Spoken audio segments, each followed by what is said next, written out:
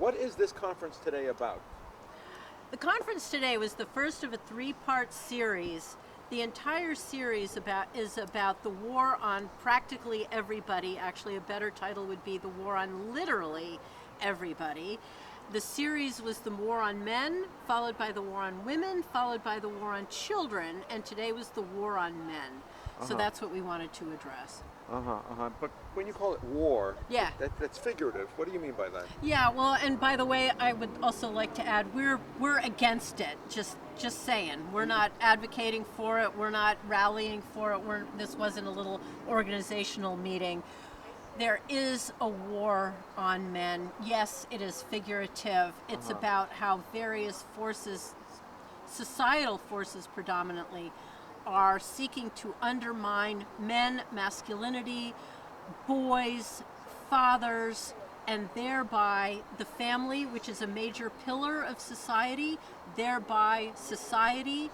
Then you include the entire, the masculine aspects of the warriors that we need. So now you've gone from the men, boys, fathers, family, society to a national security issue. Yeah. So it's all of it. It's not just, oh, woe is us. It's men are a crucial, the load-bearing wall, as one of the speakers said, of our society, of our culture, of our nation.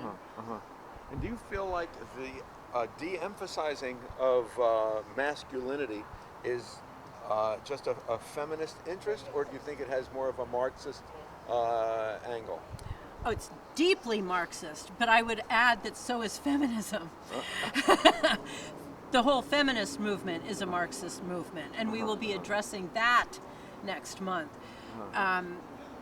It's not happenstance. It's not just a bunch of unhappy women seeking equality with men. This is a concerted effort through various vehicles to take down men. And as I noted, I was born some decades ago. My whole era was a woman needs a man like a fish needs a bicycle. Anything a man can do, I can do better. Girls rule, boys rule. All of that denigration of men. Is that from the feminists? Yes. Were the feminists just sort of out of the ether? No. Yeah. Okay. So you invited a number of speakers. Brad here is one of them. Yes. May I call him Brad? Yes. Yeah, absolutely. And why did you invite Brad to speak? Dr. Bradley Thayer is an expert in communism. We had him speak at our last event in last April on World War III, the early years, which addressed the issue of China and the communists. And again, as I said, all of this is a concerted effort. So I wanted Brad specifically to address why all of this is happening, and that, again, it's not happenstance. So that was why I beseeched Brad to come speak to us. And he was our keynote today. He closed it out. He wrapped the whole thing up beautifully. That's a good thing we have the sunlight. I just lost the battery on. That's okay. That's okay. Brad, so where's the communist, shall I say, CCP mostly, but not necessarily, because the mayor of Los Angeles has rumored to have taken a dozen trips to Cuba. And now she lets BLM run rampant through the streets, and the police don't even, the police are exempted, maybe prohibited, from messing with them. And they even punch bystanders, you know. That's... Yeah. Wow. And so, where's the communist element, I should say, a Marxist communist element in the Democrat Party today? Well, it's entrenched in the Democratic Party today, and it's sad to say for all of us who understood what the greatness of that party and its leaders like Jack Kennedy and Lyndon Johnson, Zell Miller, right, very famously, a great senator from Georgia who wrote that book basically stating why he didn't leave the Democrats left him as they went to the hard left. And so this is what we're witnessing now, and that, sadly, is a symptom of what we're seeing broadly in not just U.S. politics, but globally. To a degree, it's CCP influence, but it also is elements of traditions brought from Europe, Marxist intellectual history, which came into the United States through the Frankfurt School, and which nurtured to address what they call the culture industry, to spread ideas through popular culture, through literature, through Hollywood, and into a Democratic Party. The Communist Party of China makes that worse because of their support, and that means their business support, their wealth, the resources that they can devote through what they call united front tactics to ensure that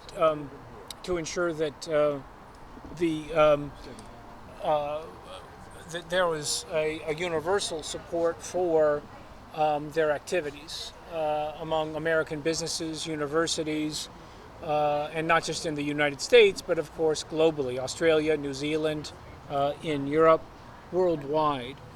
We see that effort. So there are elements that are domestic, and there are also elements which are international. In combination, they pose a formidable threat to a traditional democratic political identity, but also to American politics today. People who identify themselves as Democrats will close their ears, maybe their minds, to the notion that there's a leftist, far left element, because they see Democrat as their identity, their own self-identity. Is that also a coincidence, or might it also be part of the political science metamorphosis? Well, I think individuals are free to believe what they want, obviously, in terms of it, but most individuals who are reflecting on this and who see the direction and the problems that we face in this country are going to see that something is profoundly wrong. This is not your parents' Democratic Party or grandparents' Democratic Party. This is a party which is very supportive of the CCP, which is supportive of a radical agenda, a radical economy, a radical social change in the United States, radical political change in the United States. And that is not an accident. That's driven by beliefs which are not rooted in American political culture, American political tradition, but are rooted in a communist one. Is this an issue in Canada as well? It is an issue in Canada as well. Canadians clearly have their own political history and their political tradition. Mm-hmm. But you see this definitely in Canada, the strains that exist between Ottawa and Alberta, for example, and the debates that they're having there are symptoms of it. But it's a major problem throughout the West. Europe, Australia, New Zealand. You see Canada, the United States, you see a similar pattern of behavior where ideas which were once anathema, that were unacceptable, of course, when we were fighting the Soviet Union and would have been seen explicitly as communist ideas and not part of a United States identity or ideology or political culture, now have become accepted by a body of the American body politic. Yeah. Individuals may be blind to that, or they may not care or be cognizant of it. But the consequences of those policies, if they are to obtain, are ones which are going to profoundly change the United States from a democratic republic increasingly into an authoritarian and segueing into a totalitarian entity. Would you clarify the distinction between Marxism and communism? Because people, when we say Marxism, it's a puzzle. Sure. Marx was really along with Engels, Friedrich Engels was the progenitors of communist ideology. Yeah. And a communist economic system whose ideas were essentially put into practice as well as by Vladimir Lenin and the Bolshevik Party in the Soviet Union, although Lenin definitely had his own imprint on that. Now, when we talk about Marxism, we need to understand that it is the core ideas of Karl Marx that relate to a perspective of history, the employment of class as a tool to study history, but also as a supremely radical individual whose intent was to overthrow what he identified, if you will, as bourgeois life, culture, what we would understand as middle-class life and democratic republican politics, so that, as he saw it, working men would be in control, and the means of production would be publicly owned by the proletariat, by the working class. And so those are key ideas of Marx. By communism, the kernel of communism is found in Marx's thought, but it is also has been added by not only the history, intellectual history, but the political history, but also the key ideas of individuals like Lenin and like Stalin and Mao Zedong, Leon Trotsky. So when we think of communism, we think of a broader movement, maybe rather than just Marx in a historical sense, or Marx as the progenitor. Use your hands, it's good. Along with Engels of communism. So we can think communism, in essence, as moving beyond Marx and Engels to being the movement that we see today in the Chinese Communist Party, or that we see through a variety of evolution, iterations that we find in the United States today, and in the Democratic Party, sad to say. What kind of examples can you give of how the Democrat Party has evolved towards communism? Well, we can simply look at what they've said, that Jack Kennedy, who was a fierce anti-communist, now would be anathema in today's Democratic Party, or individuals like Scoop Jackson, a very famous senator from the state of Washington, or Zell Miller, as I referenced before, from the state of Georgia, Jeane Kirkpatrick, who became Ronald Reagan's advisor and UN, was a Democrat for most of her life, were fierce anti-communists. What we see today, and that's a bit of a litmus test, isn't it? We see today these individuals would not be welcome in the Democratic Party. They would be seen as individuals who are beyond the pale, as anathema to today's progressive Democratic Party, understanding that progressivism is a euphemism for communism, right? That they recognize the associations with tyranny and with totalitarianism of communism, and so the euphemism of progressivism helps to mask that to some degree. And so we can look empirically, right, that individuals who used to be sound Americans, solidly Americans, now are not welcome in that party. Yeah. But for those who are not familiar, maybe younger generations who are not familiar with them, are there manifestations of communism in both federal and state policies? As an example, economic policies? Absolutely. The Green New Deal, for example, right, is an effort to bring in environmental politics broadly, is an effort to bring in efforts of control, state control of the economy, which is a step that communists want to achieve.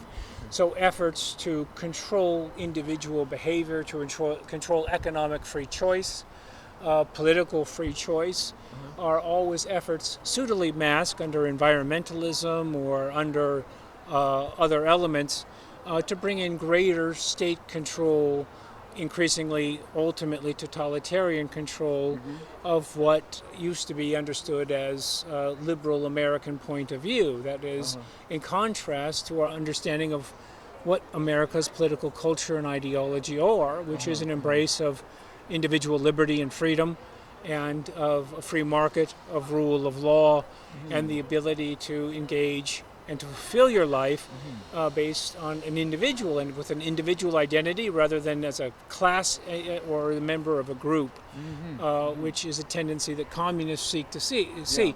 Seeing you not as an individual making your own autonomous choices to be left alone by government, but an individual who's a representative of a class, a group, economic class or race or other categories. It's an effort basically to control individuals by treating them as, if you will, units, groups, blocks, rather than as human beings who've got human rights that have to be respected. Like a collective identity that you can't break from if you're a white male or if you're a black female. Indeed, it's a deterministic worldview, right? Because you are X, you must believe Y, and there can be no exceptions to that, which is absurd. I mean, the whole ideology is patently absurd and is at variance with what we know in terms of political reality. So that's right, that because you belong to a certain group, you're going to have to believe certain things, which again is the negation of individual rights, and it leads to a half a step away human rights abuses and totalitarian control, which is why it's no accident that we see the gross human rights abuses of communist governments wherever they've come to power, whether in Europe or in Asia, in Africa. It's always associated with massive human rights abuses. And so Americans need to understand the odiousness of this form of government and to recognize why it is at variance with American political tradition, ideology, and culture. And when they're aware of that, they can begin to see and to reject its ideology in any of its guises, whether it's under progressivism or environmentalism or the next iteration, which will certainly come to pass, right? Communists are constantly, if you will, they're tactically reinventing themselves.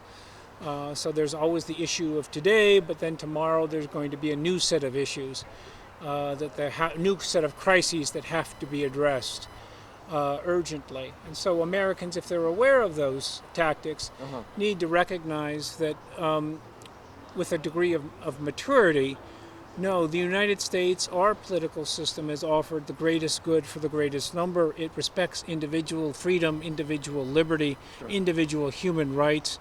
It necessitates a rule of law, and it has produced the United States, which ironically also offers freedom for communists who are working assiduously to undermine those freedoms. Where have we seen a Marxist revolution in the United States manifest since the 2020 election, or during, let's say, the summer of 2020? And since then, they're marching in the streets again now. What's the point of these disruptions, the fires, the riots, and what parallels does it have historically?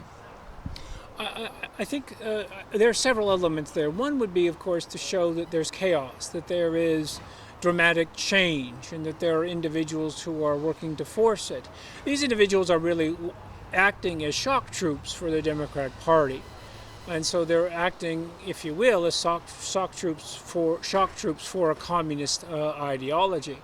We've seen precursors of that in previous revolutionary movements, in Bolshevik,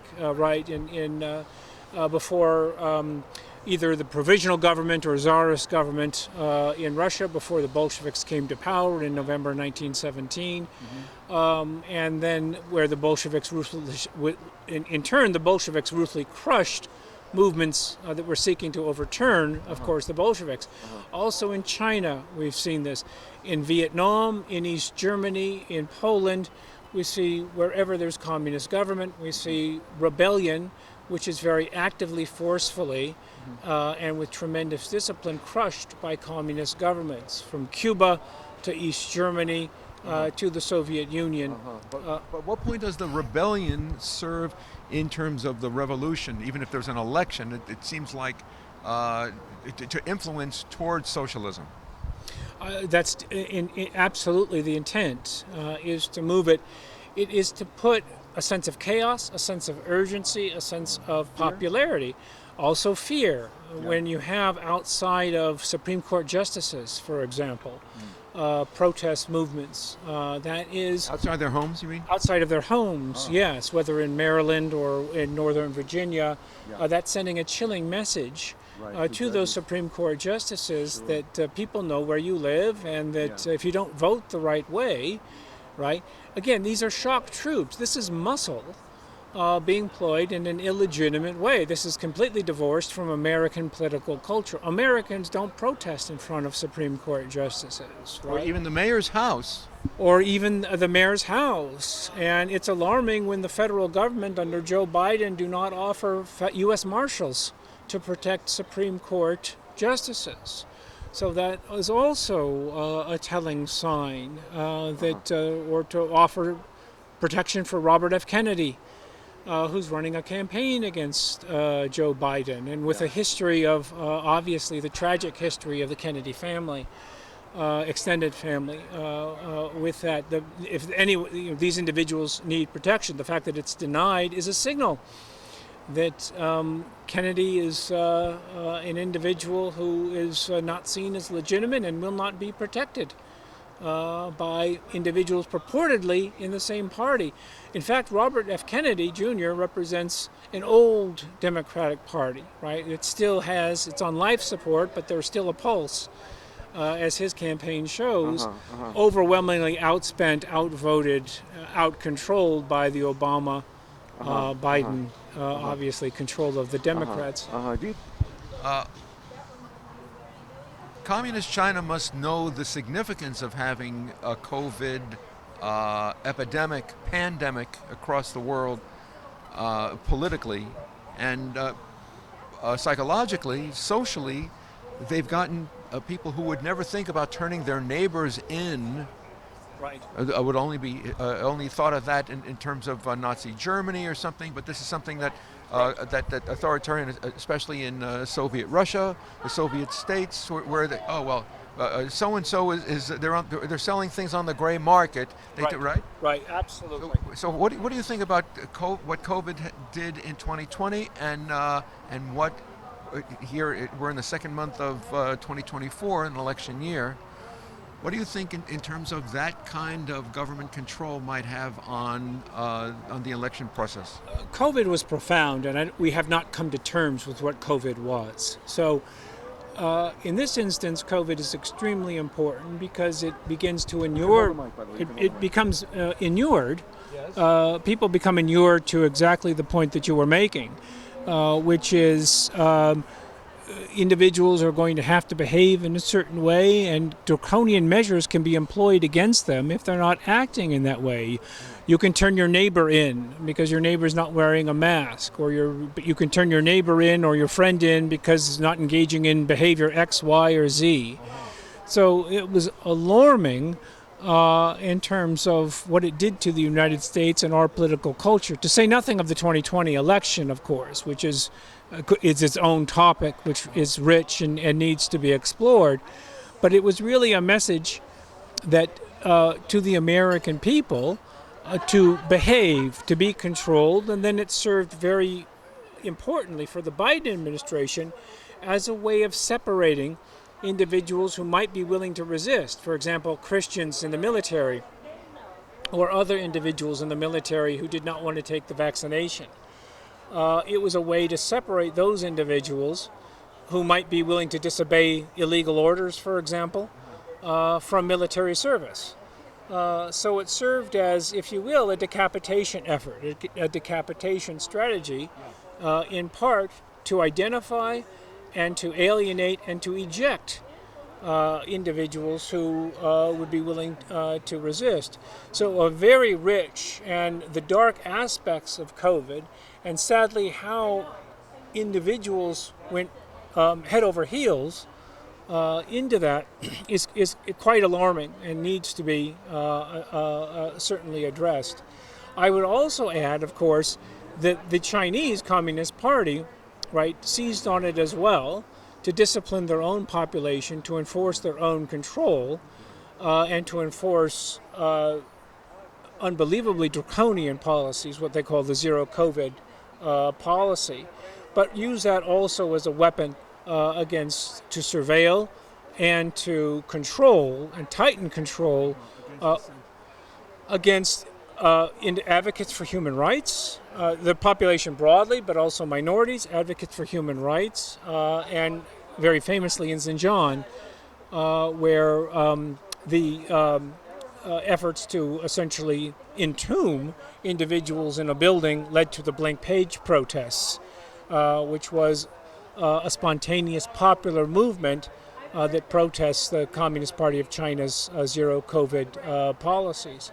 So COVID was, if you will, a window into the totalitarian heart and into the totalitarian mind.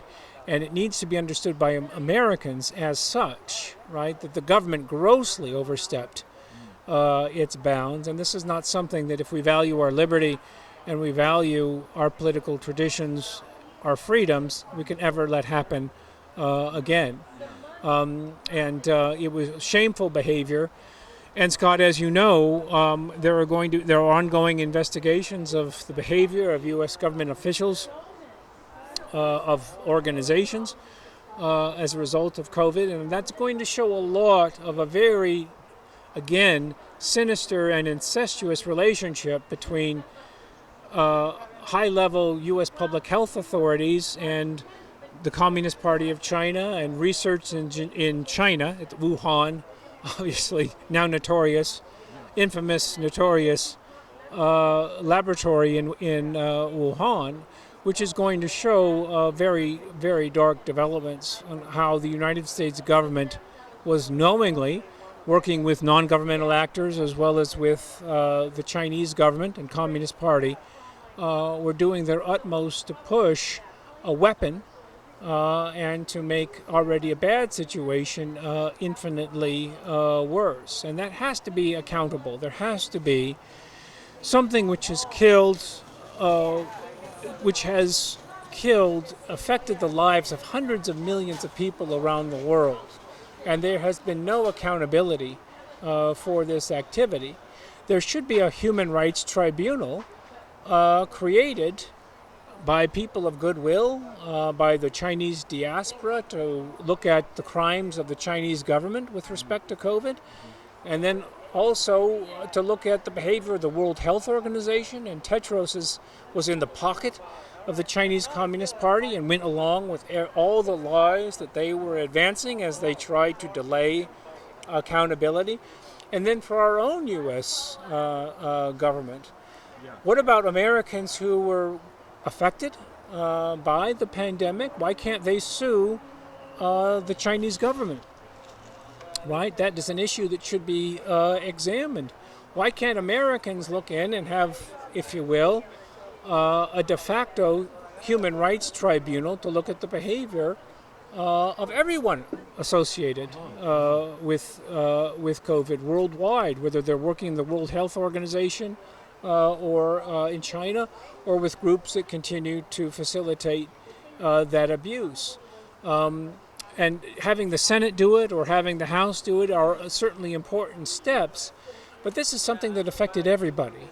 And the world needs to have an accounting. It won't be done by the UN because they, again, are in lockstep with the CCP. It needs to be, if you will, privatized. This was such a gross human rights abuse. We can't allow it to go without accountability. That's true. Of course, on the other hand, it seems that addressing these issues as news doesn't reach the populace anymore. As in China, where they block Google, they have their own version of Google, so the people don't know what's happening, they don't know the truth.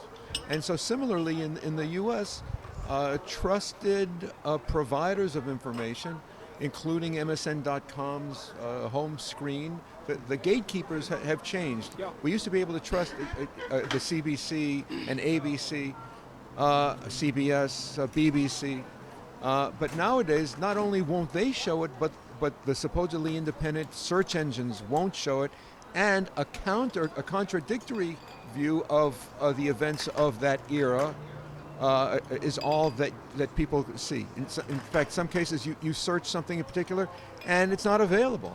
It can't be found at all. And as we're approaching the election year, for thinking people who want to know, even young people who want to know where can we turn? What are we to do nowadays as we're approaching this brave new world, concept of it's only the here and now? Well, indeed, it's a profound problem, and you're right that, if you will, the gatekeepers are very powerful and are determined to only allow certain narratives advance and to suppress anything which is not in accord with that. But at the same time, the Great Firewall, as you observed, absolutely, that the Chinese Communist Party has imposed, very powerful and very formidable weapon. But there are ways to penetrate that, and there are ways still to get messages to the Chinese people from the diaspora. This is really people in Taiwan or people in the Chinese diaspora who are communicating basically with their loved ones, relatives, friends, family in China. In the United States, of course, in the West, right, I think there is the opportunity with X. Elon Musk could do so much, right? I think, again, the theme that we've been talking about is this is being privatized because nobody else is doing it. And to some degree, the answer turns to individuals like an Elon Musk, like a Starlink, right, or with X, which has the possibility to broaden the aperture, if you will, for other individuals. But it ultimately is incumbent upon all of us. It's incumbent upon each of us, really, to educate ourselves, to be, if you will, critical thinkers when they're looking at government behavior and government actions. And if it's on our shoulders to use the means at our disposal to access information, which would be, and to find information that would allow, if you will, different narratives or the truth ultimately to be revealed. Now that's devilishly difficult to do. Given the gatekeepers, given that it's on your shoulders and individuals are pressed by time and so many other constraints. But a healthy suspicion, one thing everyone is able to do is to have skepticism, to have every aspect of it filtered through their critical thinking abilities. And that is something all of us can do, rather than looking to an Elon Musk to say, hey, I'm going to step in here and with X, I've opened the aperture, which was very tightly controlled, as you know, a little bit, and maybe to push the shoulders of that aperture still further. He quickly became, went from a favorite of the left to an apostate, really, and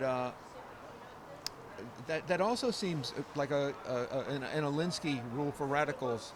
Right, to vilify your people who don't agree with you. But my concern now is the southern border. Who's coming through the southern border, in your opinion, and what do you think? Okay, here it is only the beginning of February. What do you think the objective is in bringing in people who are, as they say, not a lot of women, but a lot of military-age males?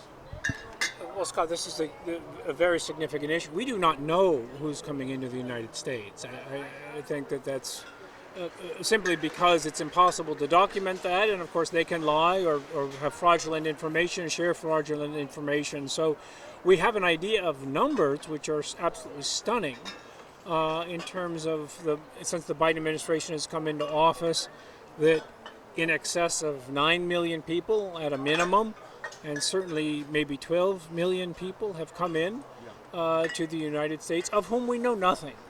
And increasingly they are military-age Chinese men. That's a major contingent. And as you said, relatively few women, relatively few children, but a lot of single military-age men. And certainly they're MSS agents. They are People's Liberation Army and other individuals who are going to provide muscle to what the Chinese Communist Party wants here, whether that's sabotage or what. Frankly, this is the grossest abuse of statesmanship. Leaders do not do this to their countries, right? I mean, this is we're beyond malpractice, right? We are in the realm of negative, treasonous behavior, where anyone who loved the United States would not do this. Anyone who had a conception of rule of law and of what is necessary and to have essentially the United States with its many problems, economic problems, etc., to simply open the door in this way is there is certainly malign intent behind that, and it's going to take a new leadership to investigate this. It's going to take further investigation of the Secretary of Homeland Security, but it's ultimately going to take essentially a new government coming in. It's going to take a Trump or it's going to take a Republican president, and it's going to take years to unravel this, and then to start, okay, he has given this problem to the U.S., how are we going to deal with it, right? I mean, deportation, is it going to be, I mean, elements of mixed amnesty, and you know how the Republicans are divided on this issue, so this is going to be one of the major political issues, if not the major political issues of in American politics from now on.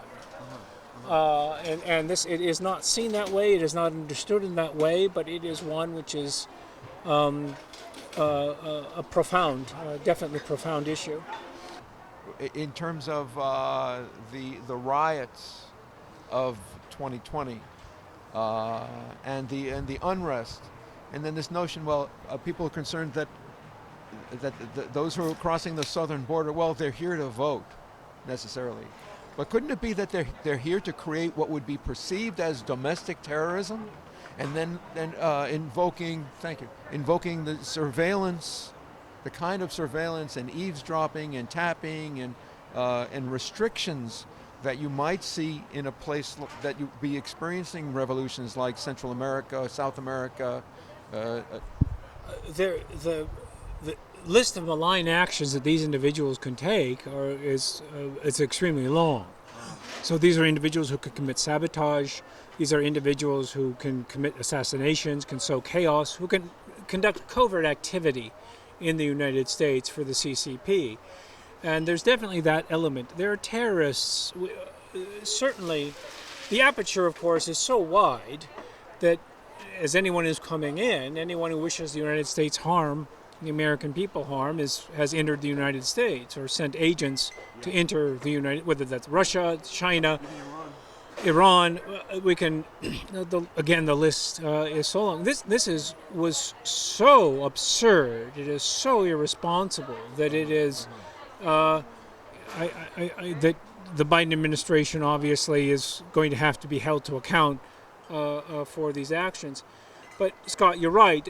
We're going to be living with this. This is going to be ongoing. We have a fifth column in the United States from terrorists, from Iran, from China, many other states and actors. And so we are going to be dealing with this, and this could be done either in a Pearl Harbor type of attack. It could be done sequentially. It could be done to conduct guerrilla campaigns, right? I mean, it can be done for so many, if you will, what we call covert action activities to serve as muscle in elections, for example, in election interference. Again, the list of malign activities is extensive. And we need to recognize that. And this is, without essentially hyperbole, one of the greatest national security problems that we're facing. And it's one that we have introduced. We inflicted this upon ourselves. And it's only a matter of time, and heaven forbid, right? But before this is going to be realized. Perhaps in conjunction, FBI Director Christopher Wray has warned about cyber attacks and how there has been persistent People's Republic of China presence in our infrastructure networks. That, coupled with old-fashioned sabotage of our electrical grid or of hospitals, medical services, so many other elements, means that the United States could be really hit beyond a cyber Pearl Harbor in terms of cyber Pearl Harbor coupled with infrastructure attack. Electrical grid hugely vulnerable, and now there's muscle to do it and to keep it shut down. right? It's cyber, of course, has many, from the attacker's point of view, many advantages, but also disadvantages. And that is, you can go back to old-fashioned ways and go back to switches, right? Take, if you will, take computers out of it. But with saboteurs here, damage, maybe that's originally inflicted by cyber, can be sustained because a grid can come up and then it can be shut down by sabotage. So profound problems, and we Americans don't recognize this, and it's a tremendous problem. So, heretofore, we've relied on the government to try to protect us from these kinds of terrorisms. But essentially, if the government's in on it, and they have the ability to squelch us, is there an historic a precedent for resisting revolutions on the part of the patriots? Well, if the government has caused this issue, obviously, and of course there's every American has to exercise his or her franchise, right? Vote and participating in political processes. If the government is doing this to you, you have to become engaged politically and take counters accordingly. And that means if the Democrats are moving in that direction, then Donald Trump and his supporters are obviously an alternative to back and to support in November in the elections this year. To the extent that the election has integrity.